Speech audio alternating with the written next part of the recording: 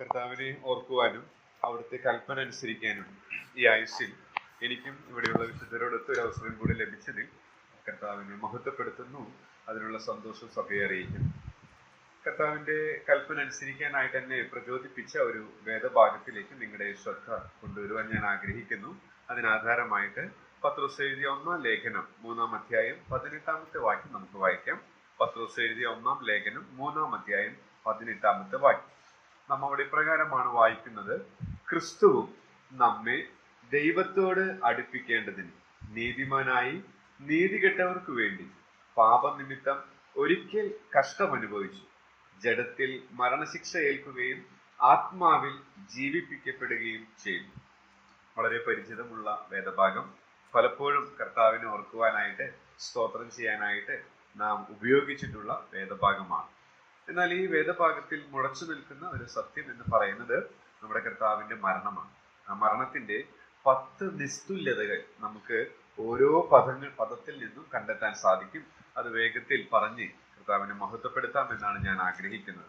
ഒന്നാമതായിട്ട് നമ്മുടെ കർത്താവിൻ്റെ മരണത്തിൻ്റെ നിസ്തുല്യത അല്ലെങ്കിൽ ആ മരണത്തിൻ്റെ ഒരു പ്രത്യേകത നമുക്ക് കാണാനായിട്ട് സാധിക്കുന്നത് നാം അവിടെ ആദ്യത്തെ സ്റ്റേറ്റ്മെന്റിൽ തന്നെ കാണുന്ന ഒരു ക്രിയാപദമാണ് ക്രിസ്തുവും നമ്മെ ദൈവത്തോട് അടുപ്പിക്കേണ്ടതിന് എന്നുള്ളത്. അടുപ്പിക്കേണ്ടതിന്. അപ്പൊ ഒന്നാമത്തെ പ്രധാനപ്പെട്ട അല്ലെങ്കിൽ പ്രത്യേകത അല്ലെങ്കിൽ നിസ്തുല്യത ഈ മരണത്തിന് ഉള്ളത് എന്ന് പറയുന്നത് അത് നമ്മെ ദൈവത്തോട് അടുപ്പിച്ച മരണമാണ് എന്നുള്ളതാണ്.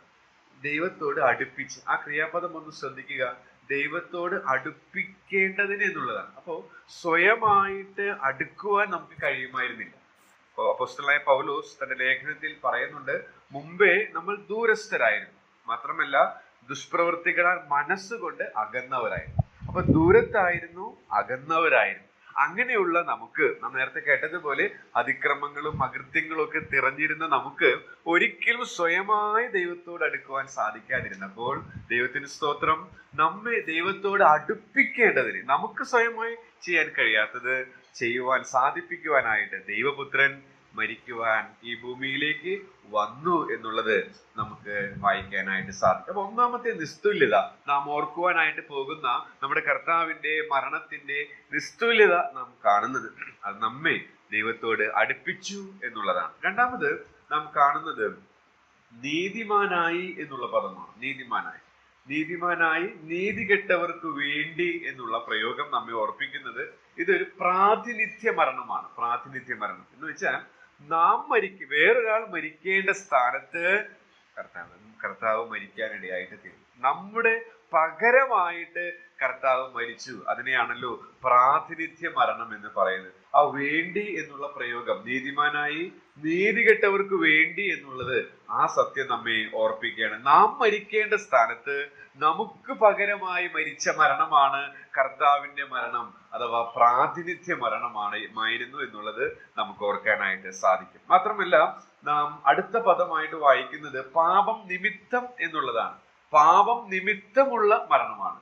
അതിന്റെ അർത്ഥം എന്ന് പറയുന്നത് പാപം ചെയ്തത് കൊണ്ട് കർത്താവ് മരിച്ചതല്ല, പാപം നിമിത്തമായി അവൻ മരിച്ചു എന്നുള്ളതാണ്. വേറെ രീതിയിൽ പറഞ്ഞാൽ പാപ പ്രശ്നം പരിഹരിക്കാനായിട്ട് ഉള്ള മരണമായിരുന്നു ആ മരണം എന്നുള്ളത്. അതുകൊണ്ട് ആ കർത്താവിന്റെ മരണത്തിന്റെ മറ്റൊരു പ്രത്യേകത നമുക്ക് കാണാനായിട്ട് സാധിക്കും. അവന്റെ എന്തെങ്കിലും തെറ്റുകൊണ്ടല്ല അവൻ മരിച്ചത്, പാപം നിമിത്തമുള്ള മരണമായിരുന്നു, പാപ പ്രശ്നം പരിഹരിക്കാനായിട്ടുള്ള യാഗമായിരുന്നു എന്നുള്ളത് മറ്റൊരു നിസ്തുല്യതയായി നമുക്ക് ചിന്തിക്കാനായിട്ട് സാധിക്കും. മാത്രമല്ല അടുത്ത പദം ശ്രദ്ധിക്കുക, ഒരിക്കൽ എന്നുള്ളതാണ്. ഒരിക്കൽ എന്നുള്ളത് നമ്മുടെ ചിന്ത പഴയ നിയമത്തിലേക്ക് നമ്മെ കൊണ്ടുപോകും.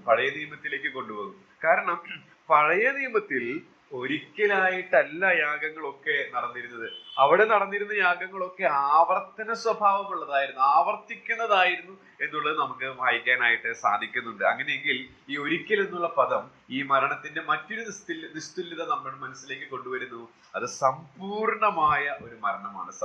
ഇനി ഒരിക്കലും ആവർത്തിക്കുവാനായിട്ട് ആവശ്യമില്ലാതെ വണ്ണം അത്രമാത്രം പെർഫെക്റ്റ് ആയ സമ്പൂർണമായിട്ടുള്ള ഒരു മരണമാണ് നമ്മുടെ കർത്താവ് മരിച്ചത്.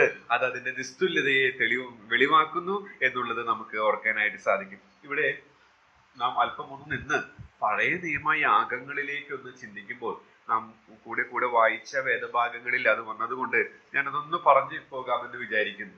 പഴയ നിയമത്തിലെ യാഗമൃഗത്തെ കുറിച്ച് നാം നോക്കുമ്പോൾ ഒരു മൃഗവും യാഗത്തിനായിട്ട് ജനിക്കുന്നില്ല എന്നുള്ളത് ഒരു സത്യമാണ്. ഒരു മൃഗവും പഴയ നിയമത്തിലെ യാഗം അർപ്പിക്കാനായിട്ട് പോകുമ്പോൾ യാഗത്തിനായിട്ട് ഒരു മൃഗവും ജനിക്കുന്നില്ല. ജനിച്ചത് കൊണ്ട് യാഗത്തിനായിട്ട് ഊനമുണ്ടോ എന്നൊക്കെ നോക്കി പുരോഹിതർ അതിനെ തെരഞ്ഞെടുക്കുന്നു എന്ന് മാത്രമേ ഉള്ളൂ. എന്നാൽ നമ്മുടെ കർത്താവ് അവൻ ഈ യാഗത്തിനായി തന്നെ വന്നവനാണ്, തന്നെ ജനിച്ചവനാണ് എന്നുള്ളത് അതിന്റെ നിസ്തുല്യതയുടെ ആ മകുടം നിസ്തുല്യതയെ ഉയർത്തുന്നതാണ് എന്നുള്ളത് നമുക്ക് ഓർക്കാനായിട്ട് സാധിക്കും. മാത്രമല്ല വീണ്ടും ആ പഴയ നിയമ യാഗത്തിലേക്ക് നാം പോകുമ്പോൾ ഒരു മൃഗവും ഊനമില്ലാത്തതല്ല. മഹാപുരോഹിതൻ ആ മാനുഷികമായ നിലയിൽ നോക്കുമ്പോൾ ആ മൃഗത്തിന് ഊനം കാണുന്നില്ല, അതുകൊണ്ട് അതിനെ തെരഞ്ഞെടുക്കുന്നു എന്നേ ഉള്ളൂ. എന്നാൽ അതുകൊണ്ട് ആ മൃഗത്തിന് ഊനമില്ല എന്നുള്ളത് അർത്ഥമാകുന്നില്ല. എന്നാൽ നമ്മുടെ കർത്താവിനെ കുറിച്ച് നമുക്കറിയാം, അവന് യാതൊരു ഊനവുമില്ല എന്നുള്ളത് നമുക്ക് കാണാനായിട്ട് സാധിക്കുന്നുണ്ട്. മാത്രമല്ല ആ മൃഗത്തെ കുറിച്ച് നാം മിണ്ടാതിരിക്കുന്ന ആട്, വായ തുറക്കാതിരിക്കുന്ന ആട്, ആ ഭാഗങ്ങളൊക്കെ യെശയ്യാവിൽ നിന്ന് വായിച്ചല്ലോ. ഒരു മൃഗവും അത് എതിർക്കാതിരിക്കുകയില്ല യാഗത്തിന്റെ സമയത്ത്. അത് അസ്വസ്ഥനാകും. അതിന്റെ ജീവൻ പോകുവാനായിട്ട് പോകുന്നു എന്ന് പറയുമ്പോൾ അത് പ്രാണവേദനയിൽ പെടുന്നതായിട്ട്, നിലവിളിക്കുന്നതായിട്ട് കാണാനായിട്ട്. എന്നാൽ നമ്മുടെ കർത്താവിനെ കുറിച്ച് വായിക്കുന്നത് അവൻ മിണ്ടാതെ ശാന്തമായിരുന്ന് അത് ആസ്വദിച്ചു നമുക്ക് വേണ്ടി എന്നുള്ളത് ഈ മരണത്തിന്റെ മറ്റൊരു നിസ്തുല്യത നമുക്ക് ഓർക്കാൻ സാധിക്കും. മാത്രമല്ല പഴയ നിയമ യാഗത്തില് ഒരു മൃഗവും മനസ്സോടെ വരുന്നില്ല. ഒരു മൃഗവും സ്വമനസ്സോടെ ഞാൻ ആ ചേട്ടന്റെ അല്ലെങ്കിൽ ചേച്ചിയുടെ പാപത്തിന് പകരമായിട്ട് യാഗമായിട്ട് വരാം എന്ന് പറഞ്ഞ് മനസ്സോടെ വരുന്നതായിട്ട് നമ്മൾ കാണുന്നില്ല. എന്നാൽ നമ്മുടെ കർത്താവ് ഇതാ ഞാൻ വരുന്നു, പുസ്തക ചുരുളിൽ എന്നെ കുറിച്ച് എഴുതിയിരിക്കുന്ന ദൈവമേ നിന്റെ ഇഷ്ടം, അഥവാ ഈ ശപിക്കപ്പെട്ട മരണം അനുഭവിക്കാൻ ഞാൻ റെഡി എന്ന് പറഞ്ഞു വന്ന നമ്മുടെ അരുമനാഥനെ ഓർക്കും. ഒരിക്കൽ എന്നുള്ള പദം പഴയ നിയമയാഗത്തിലേക്ക് നമ്മെ കൊണ്ടുപോവുകയാണ്. അത് നമ്മെ ഓർപ്പിക്കുന്നത് അത് സമ്പൂർണമായ പെർഫെക്റ്റായി ഇനി യാഗങ്ങൾ ആവശ്യമില്ല എന്നുള്ള സത്യം നമ്മെ ഓർപ്പിക്കുന്നു എന്ന് മാത്രമാണ്. അടുത്ത പദം നാം നോക്കുന്നത് ഒരിക്കൽ കഷ്ടം അനുഭവിച്ചു എന്നുള്ളതാണ്. അത് നമ്മെ ഓർപ്പിക്കുന്നത് ലജ്ജാകരമായ ഒരു മരണമാണ്. ലജ്ജാകരം, ക്രൂശിലെ മരണം പോലെ നാം ചരിത്ര പുസ്തകങ്ങൾ, ജോസിഫസിന്റെ രേഖകളൊക്കെ വായിക്കാനായിട്ട് ശ്രമിച്ചാൽ ക്രൂശിലെ മരണത്തെ പോലെ ലജ്ജാകരമായ ഒരു മരണം വേറെയില്ല. നമ്മുടെ അരുമനാഥൻ ഏറ്റവും വന്ദിതനായവൻ. നമുക്കറിയാം തിരുവഴുത്തിലുടനീളം വായിക്കുമ്പോൾ എത്ര സ്തുതിച്ചാലും അവന്റെ ആ വന്യമായ ആ നാമത്തിന് പകരമാവുകയില്ല. അത്രമാത്രം ആയിരം നാവുകളല്ല, അത് അസാധ്യമാണ്. അത്രമാത്രം വന്ദിതനായവൻ ഏറ്റവും നിന്ദിതനായ മരണം അനുഭവിക്കാൻ വന്നു എന്നുള്ളത് കഷ്ടമനുഭവിച്ചു എന്നുള്ള പദത്തിൽ നിന്ന് നമുക്ക് മനസ്സിലാക്കാനായിട്ട് സാധിക്കും. മാത്രമല്ല നമ്മൾ അടുത്തത് വായിക്കുന്നത് ജഡത്തിൽ മരണശിക്ഷ. മരണശിക്ഷ എന്ന് പറയുന്നത് ഏറ്റവും വേദനാജനകമായ മരണം. പ്രസവ വേദനയേക്കാൾ വേദനയുള്ള മരണമാണ് ക്രൂശിലെ മരണം എന്നാണ് ചരിത്രകാരന്മാർ രേഖപ്പെടുത്തി. നമ്മളെല്ലാം പ്രസവ വേദനയാണ് ഏറ്റവും കഠിനമായ വേദന എന്നാണ് മാനസികമായി മനസ്സിലാക്കുന്നത്. എന്നാൽ അതിനേക്കാൾ കഠിനമായ വേദനയുള്ള ഒരു മരണമാണ് ക്രൂശിലെ മരണം. എനിക്കും നിങ്ങൾക്കും വേണ്ടി ആ മരണം അവൻ അനുഭവിക്കാനായിട്ട് ഇടയായിട്ട് എത്തി. അതിനെക്കുറിച്ച് ഒരു എഴുത്തുകാരൻ രേഖപ്പെടുത്തിയിരിക്കുന്നത് കുറെ കൂടെ കർത്താവിന്റെ ആ മരണത്തിന്റെ മഹത്വം മനസ്സിലാക്കി അവനെ മഹത്വപ്പെടുത്താൻ നമ്മെ സഹായിക്കുക. അദ്ദേഹം എഴുതിയിരിക്കുന്നത് ഇങ്ങനെയാണ്: നാം വെറുക്കുന്ന ഒരു മാലിന്യ കൂമ്പാരത്തിൽ നാം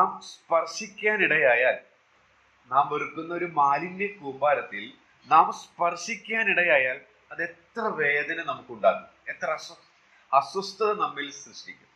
എന്നാൽ ചിന്തിക്കുക, നാം ആ മാലിന്യം തന്നെ ആയാലോ, നാം വെറുക്കുന്ന മാലിന്യം നാം തന്നെ ആയാലോ. അതാണ് പ്രിയ സഹോദരൻ വായിക്കാനിടയായിട്ട് 2 കൊരിന്ത്യർ 5:21.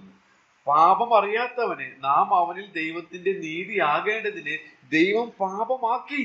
എന്താണോ താൻ ഏറ്റവും വെറുത്തിരുന്നത് അത് തന്നെ അവന്റെ മേൽ ചുമത്തപ്പെട്ടു എന്ന് പറയുമ്പോൾ അതിനേക്കാൾ വേദന ഒരു മനുഷ്യന് സഹിക്കുന്നതിന് വേറെയില്ല എന്നുള്ളതാണ്. നമ്മുടെ കർത്താവ് ആ രീതിയിൽ താൻ എന്താണോ ഏറ്റവും വെറുത്തിരുന്നത് അത് തന്നെ നമുക്ക് വേണ്ടി ആയിത്തീർന്നു എന്നുള്ളത് ഏറ്റവും വേദനാജനകമായ മരണം താൻ അനുഭവിച്ചു എന്നുള്ള ചിത്രം നമ്മുടെ മനസ്സിലേക്ക് കൊണ്ടുവരികയാണ്. മാത്രമല്ല നാം ഇന്ന് കർത്താവിന്റെ ആ മരണശിക്ഷ എന്ന് പറയുമ്പോൾ ആ മരണത്തെ ഓർക്കുവാനായിട്ടാണ് കടന്നു വന്നിരിക്കുന്നത്.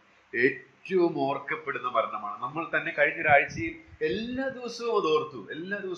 അറ്റ്ലീസ്റ്റ് 2 നേരമെങ്കിലും നമ്മൾ കുടുംബ പ്രാർത്ഥനയിലെങ്കിലും അത് ഓർത്ത് കാണും. മാത്രമല്ല ഒഴിവുവേളകളിലെല്ലാം അത് ഓർത്ത്. ഇന്ന് നാം സഭയായി കടന്നു വന്നത് ഓർക്കുകയാണ്. കോടാനുകോടി ജനങ്ങൾ ഈ ആഴ്ചവട്ടത്തിന്റെ 1-ാം നാൾ സഭയായി വന്ന് കർത്താവിനോ ഏറ്റവും ഓർക്കപ്പെടുന്ന ഒരു മരണമാണ് ഈ മരണം എന്ന് പറയുന്നത്. മാത്രമല്ല നാം നേരത്തെ വായിച്ചു, പത്രോസിന്റെ 1-ാം ലേഖനം 2:21 നാം വായിച്ചത് ഇങ്ങനെയാണ്. 23 നാം ഇങ്ങനെ 24 നാം ഇങ്ങനെ വായിച്ചു, അവൻ തന്റെ ശരീരത്തിൽ നമ്മുടെ പാപങ്ങളെ ചുമന്നുകൊണ്ട് ക്രൂശിന്മേൽ കയറി. അതിന്റെ മുൻപിൽ നാം വായിച്ചത്, നാം പാപം സംബന്ധിച്ച് മരിച്ച് നീതിക്ക് ജീവിക്കും. കർത്താവ് മരിച്ചത് നമ്മെ സ്വർഗത്തിൽ കൊണ്ടുപോകാനായി എന്നല്ല അവിടെ വായിക്കുന്നത്. നാം പാപം സംബന്ധിച്ച് മരിച്ച് നീതിക്ക് ജീവിക്കും. ഏറ്റവും ഉന്നതമായ ലക്ഷ്യം, സമുന്നതമായ ലക്ഷ്യമുള്ള മരണമായിരുന്നു. പാപം ചെയ്ത് ദൈവ തേജസ് നഷ്ടപ്പെട്ട് വളരെ കൊള്ളരുതാത്തവരായി നാശയോഗ്യരായി ജീവിച്ച നമ്മെ നീതിക്ക് ജീവിക്കുക എന്ന് പറയുന്ന ഉന്നതമായ ഒരു അവസ്ഥയിലേക്ക് കൊണ്ടുവരുവാനായിട്ടുള്ള മരണമാണ്. സമുന്നതമായ ലക്ഷ്യമുള്ള മരണമായിരുന്നു നമ്മുടെ കർത്താവ് മരിച്ചത്. മാത്രമല്ല നാം 18-ാം വാക്യത്തിൽ തന്നെ അവസാനം വായിക്കുന്നത് ഇങ്ങനെയാണ്, ജഡത്തിൽ മരണശിക്ഷ ഏൽക്കുകയും ആത്മാവിൽ ജീവിപ്പിക്കപ്പെടുകയും ചെയ്തു. ഏറ്റവും വലിയ വിജയം നേടിയ മരണം. ക്രൂശ് നമ്മുടെ മനസ്സിൽ കൊണ്ടുവരുന്നത് അതെ, ക്രൂശിൽ കൊണ്ടാടിയ ആ വലിയ വിജയത്തിന്റെ ചിത്രമാണ്.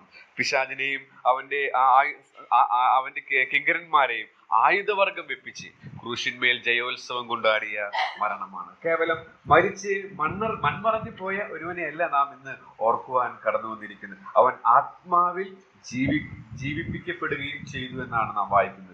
അത് ഏറ്റവും വലിയ വിജയം നേടിയ മരണമാണ് ഈ മരണം. നമുക്ക് ആ മരണത്തിന്റെ അധികാരിയായ പിശാചിന്റെ അടിമത്തത്തിൽ നിന്ന് വലിയ വിജയം നൽകിയ, വലിയ സ്വാതന്ത്ര്യം നൽകിയ, വലിയ വിമോചനം നൽകിയ ഒരു മരണമാണ് നമ്മുടെ അരുമനാഥന്റെ മരണം എന്ന് പറയും. ഈ ഒറ്റ വാക്യത്തിൽ കർത്താവിനെ കുറിച്ച് ഓർക്കുവാൻ ഒരുപാട് കാര്യങ്ങൾ ദൈവത്തിന്റെ ആത്മാവ് രേഖപ്പെടുത്തിയിരിക്കുകയാണ്. ഇന്ന് രാവിലെ ഈ വേദഭാഗത്തിലൂടെ കടന്നുപോയപ്പോൾ എന്റെ മനസ്സിലേക്ക് വന്ന ചില ചിന്തകളാണ് നിങ്ങൾ ഒരുമിച്ച് ചിന്തിക്കുവാനിടയായിട്ട് തീരുന്നത്. കർത്താവിന്റെ മരണത്തെയും അവന്റെ ഉയർപ്പിനെയും നാം ഓർക്കുവാനായിട്ട് കടന്നു വരുമ്പോൾ അതിന്റെ നിസ്തുല്യതയാണ് ഈ കൊച്ചു വാക്യത്തിൽ നമുക്ക് കാണാൻ സാധിച്ചത്. ഒന്ന്, പാപം ചെയ്ത് ദൈവത്തിൽ നിന്ന് അകന്നു പോയ നമ്മെ, സ്വയമായിട്ട് അടുക്കുവാൻ കഴിവില്ലാതിരുന്ന നമ്മെ ദൈവത്തോട് അടുപ്പിച്ച മരണമാണ്. മാത്രമല്ല നമുക്ക് പകരമായി പ്രാതിനിധ്യമായ മരണമാണ്.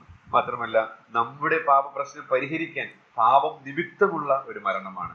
ഒരിക്കൽ ആയി മരിച്ചത് സമ്പൂർണമായ ഒരു മരണമാണ്. മാത്രമല്ല ഇത് ആത്യന്തികമായിട്ടുള്ള ഒരു മരണമാണ്.